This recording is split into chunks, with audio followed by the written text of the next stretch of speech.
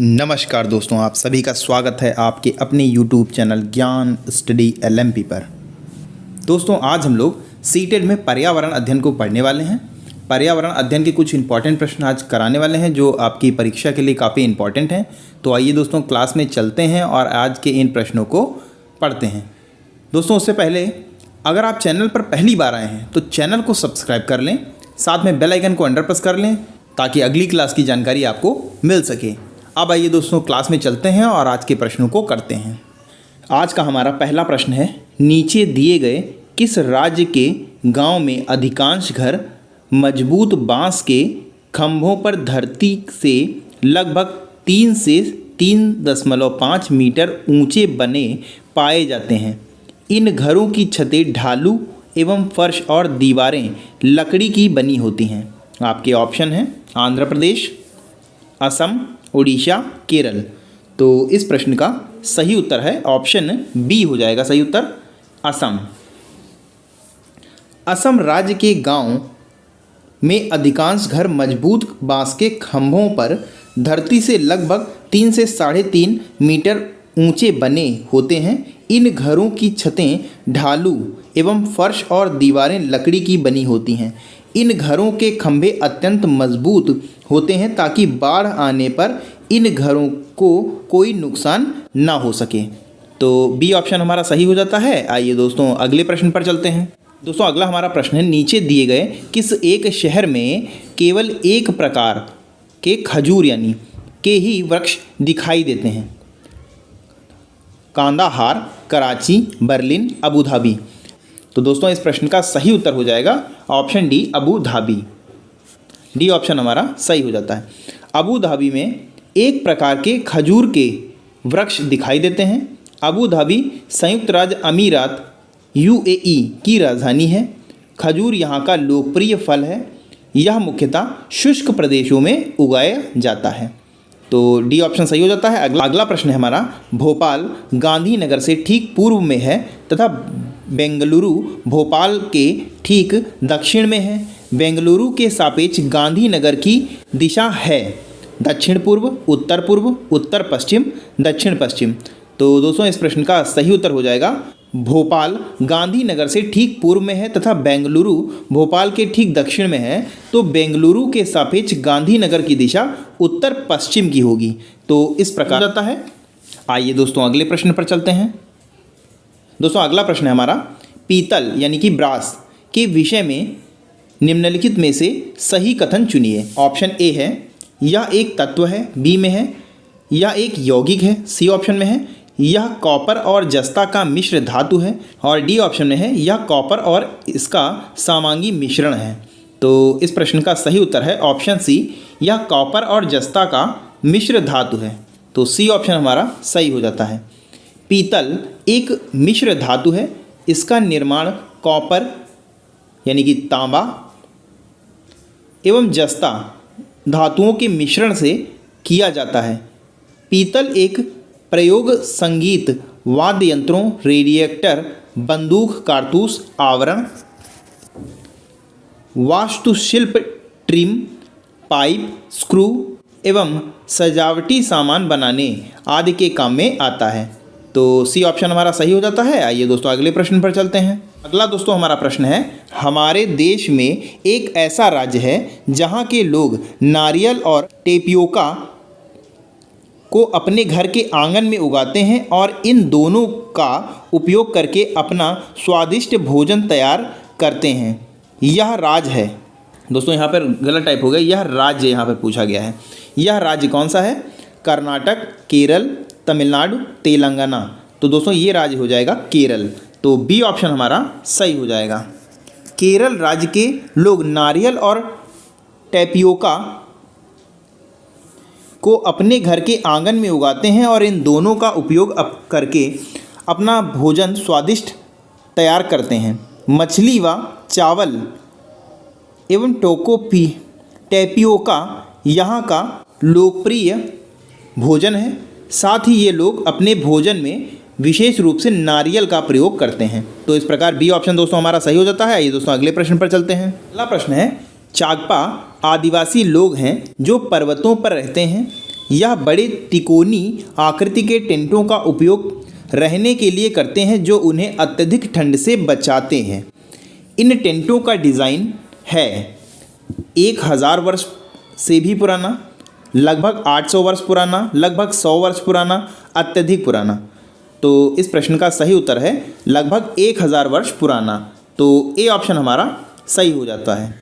चाकपा लद्दाख क्षेत्र के प्रमुख आदिवासी लोग हैं। यह तिब्बती मूल का बंजार नामक समुदाय है जो लद्दाख क्षेत्र के चोंगथांग क्षेत्र के निवास करते हैं। ये पर्वतों पर रहते हैं तथा रहने के लिए बड़े तिकोनी आकृति के टेंटों का उपयोग करते हैं जो उनकी अत्यधिक ठंड से रक्षा करता है। इन टेंटों को रेनबो कहा जाता है। इन टेंटों का डिज़ाइन लगभग 1000 वर्ष से भी पुराना है। तो ए ऑप्शन हमारा सही हो जाता है। आइए दोस्तों अगले प्रश्न पर चलते हैं। अगला हमारा प्रश्न है, हमारे देश में राज्यों की संख्या है 30, 28, 27, 26। तो हमारे देश में प्रदेशों की संख्या है 28। तो बी ऑप्शन हमारा सही हो जाता है। हमारे देश में 28 राज्य हैं एवं 8 केंद्र शासित प्रदेश हैं। भारत का नवीनतम 28वां राज्य तेलंगाना है जिसका गठन 2 जून 2014 को हुआ था, जबकि जम्मू कश्मीर एवं लद्दाख नवीनतम केंद्र शासित प्रदेश हैं। तो बी ऑप्शन हमारा सही हो जाता है। अगला प्रश्न है, चिराओ कहाँ का लोक नृत्य है?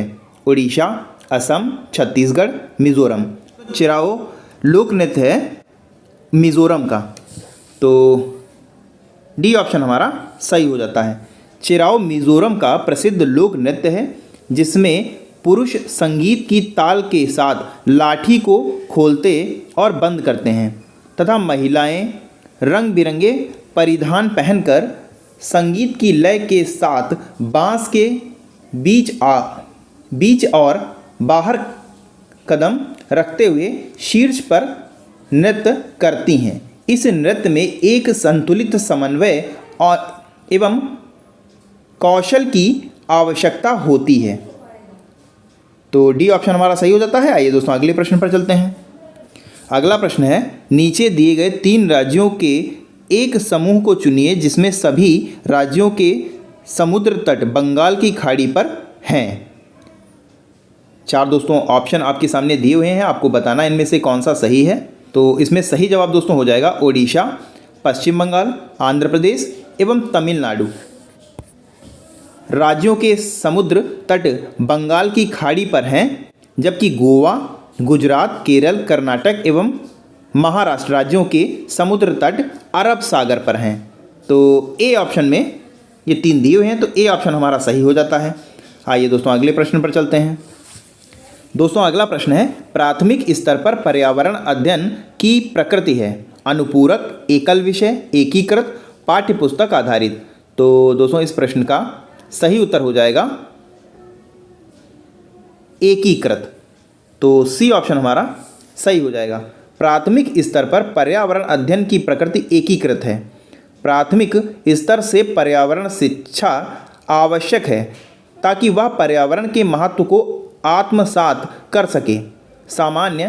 सामान्यतः मानव सहित सभी जीव पर्यावरण के ही देन माने जाते हैं। इस दृष्टिकोण से पर्यावरण अध्ययन की प्रासंगिकता और अधिक बढ़ जाती है। तो सी ऑप्शन सही हो जाता है। अगला प्रश्न है, निम्नलिखित में से कौन EVS सीखने का अधिकतम सुविधा प्रदान कर सकता है? संदर्भ पुस्तकें, कहानियाँ और आख्यान, पाठ्यपुस्तक, परीक्षा, विवरण। तो इस प्रश्न का सही उत्तर हो जाएगा इसमें दोस्तों बी ऑप्शन हमारा सही हो जाएगा, कहानियाँ और आख्यान। कहानियाँ और आख्यान EVS सीखने की अधिकतम सुविधा प्रदान कर सकता है। अध्यापक बच्चों को कहानी कथन एवं आख्यान प्रदान कर अलग तरीके से पर्यावरण अध्ययन करा सकता है। साथ ही विभिन्न प्राकृतिक क्षेत्रों का भ्रमण करा सकता है जिसमें छात्र स्वयं प्रकृति का अवलोकन एवं निरीक्षण कर वास्तविक ज्ञान प्राप्त कर सकते हैं। तो बी ऑप्शन हमारा सही हो जाता है दोस्तों। आइए दोस्तों अगले प्रश्न पर चलते हैं। दोस्तों अगला प्रश्न है, हमारे देश में एक ऐसा क्षेत्र है जो ऊंचा, सूखा और समतल है। और ठंडे रेगिस्तान के नाम से भी जाना जाता है। यहाँ वर्षा बहुत ही कम होती है। यहाँ बर्फ़ से ढके पर्वत और सूखे ठंडे सपाट मैदान हैं। यह क्षेत्र कहाँ का भाग हो सकता है? दोस्तों ऑप्शन है आपके जम्मू और कश्मीर, लेह और लद्दाख, हिमाचल प्रदेश, मेघालय। तो इस प्रश्न का सही उत्तर हो जाएगा लेह और लद्दाख। बी ऑप्शन हमारा सही हो जाएगा। लेह और लद्दाख हमारे देश का एक ऐसा क्षेत्र है जो ऊंचा, सूखा और समतल है और ठंडे रेगिस्तान के नाम से जाना जाता है। यहाँ वर्षा बहुत ही कम होती है। यहाँ बर्फ़ से ढके पर्वत एवं सूखे ठंडे सपाट मैदान हैं। लद्दाख को भारत सरकार ने केंद्र शासित प्रदेश घोषित किया है। इसके प्रथम उप गवर्नर आर.के. माथुर हैं। वर्तमान समय में यहाँ के उप राज्यपाल मनोज सिंह हैं। तो इस प्रकार दोस्तों बी ऑप्शन हमारा सही हो जाता है। आइए दोस्तों अगले प्रश्न पर चलते हैं। अगला दोस्तों प्रश्न है, प्राथमिक स्तर पर पर्यावरण अध्ययन की शिक्षा शास्त्र के संदर्भ में निम्नलिखित में से कौन सा कथन सत्य है? ऑप्शन है आपके दोस्तों, ऑप्शन है आपके यह बाल केंद्रित है, यह किताबी है, इसमें प्रशिक्षण के रूप में शिक्षक शामिल है, और डी ऑप्शन में है यह पुनः प्राप्त प्रथाओं पर केंद्रित है। दोस्तों इसमें सही जवाब हो जाएगा यह बाल केंद्रित है। तो ए ऑप्शन हमारा सही हो जाएगा। प्राथमिक स्तर पर पर्यावरण अध्ययन की शिक्षा बाल केंद्रित है। पर्यावरण एक बहुविषयी ज्ञान है। पर्यावरण एक बहुविषयी विज्ञान का प्रतिरूप है जिसका विकसित रूप भूगोल के अंतर्गत पढ़ाया जाता है। प्राथमिक स्तर पर पर्यावरण की शिक्षा बाल केंद्रित, एकीकृत, व्यवहारिक, लचीली क्रिया आधारित स्थान तथा आवश्यकता अनुसार होती है। तो इस प्रकार दोस्तों ये ऑप्शन हमारा सही हो जाता है। आइए दोस्तों अगले प्रश्न पर चलते हैं। दोस्तों अगला प्रश्न है, पौधे विषय के मुद्दे बच्चों के लिए सार्थक हो सकते हैं यदि, ऑप्शन है दोस्तों आपके बच्चों को थीम आधारित वर्कशीट दी जाती है, बी ऑप्शन में है क्षेत्र भ्रमण मुद्दों के इर्द गिर्द आयोजित किए जाते हैं, सी ऑप्शन में है शिक्षकों द्वारा प्रदर्शन किए जाते हैं, और डी ऑप्शन में है आमंत्रित व्याख्यान के बाद सामूहिक कार्य का आयोजन किया जाता है। तो दोस्तों इस प्रश्न का सही उत्तर हो जाएगा ऑप्शन बी। दोस्तों इसमें सही हो जाएगा, क्षेत्र भ्रमण मुद्दों के इर्द गिर्द आयोजित किए जाते हैं। पौधे विषय के मुद्दे बच्चों के लिए सार्थक हो सकते हैं यदि क्षेत्र भ्रमण मुद्दों के इर्द गिर्द आयोजित किए जाते हैं। पौधे पर्यावरण एवं पारिस्थितिकी तंत्र के लिए अति आवश्यक हैं क्योंकि ये पारिस्थितिकी तंत्र के लिए ऊर्जा उपलब्ध कराते हैं। इसके अतिरिक्त मनुष्य तथा जीव जंतु भी अपने खाद्य पदार्थ का अधिकांश भाग पेड़ पौधों से ही प्राप्त करते हैं। बच्चों के बाल्यावस्था से ही पेड़ पौधों के लिए महत्व से परिचित होना चाहिए। तो इस प्रकार बी ऑप्शन हमारा सही हो जाता है। आइए दोस्तों अगले प्रश्न पर चलते हैं। दोस्तों अगला प्रश्न है, निम्न में से कौन प्राथमिक स्तर पर पर्यावरण अध्ययन के पाठ्यक्रम का विषय है? ऑप्शन है आपके परिवार और दोस्त, परिवहन के साधन, जल संरक्षण, हमारा स्वभाव। तो इस प्रश्न का सही उत्तर हो जाएगा परिवार और दोस्त। तो ए ऑप्शन हमारा सही हो जाएगा। प्राथमिक स्तर पर पर्यावरण अध्ययन के पाठ्यक्रम के विषय परिवार और दोस्त हैं। व्यक्ति के सामाजिक जीवन के परिवार एवं दोस्तों की महत्वपूर्ण भूमिका होती है। परिवार वह प्रथम संस्था है जिसमें मानव सामूहिक रूप से रहना सीखता है। मानव का संगठित जीवन परिवार से ही प्रारंभ होता है। जब अलग अलग परिवार के सदस्य एक दूसरे से काफ़ी करीब होते हैं जिसमें कोई विशेष पारिवारिक रिश्ता नहीं होता है तो वे मित्र कहलाते हैं। तो ए ऑप्शन हमारा सही हो जाता है। अगला प्रश्न है, निम्नलिखित में से कौन पर्यावरण के लिए हानिकारक है? कागज़, कपड़ा, धातु, प्लास्टिक। तो दोस्तों इसमें सही जवाब हो जाएगा ऑप्शन डी प्लास्टिक। प्लास्टिक दोस्तों पर्यावरण के लिए हानिकारक है। तो डी ऑप्शन हमारा सही हो जाता है। आइए दोस्तों अगले प्रश्न पर चलते हैं। अगला प्रश्न है दोस्तों, अंतर्राष्ट्रीय ओजोन दिवस मनाया जाता है। आपके ऑप्शन है 5 अक्टूबर, 16 अक्टूबर, 20 अगस्त, 16 सितंबर। तो दोस्तों अंतर्राष्ट्रीय ओजोन दिवस 16 सितंबर को मनाया जाता है। तो इस प्रकार डी ऑप्शन हमारा सही हो जाएगा।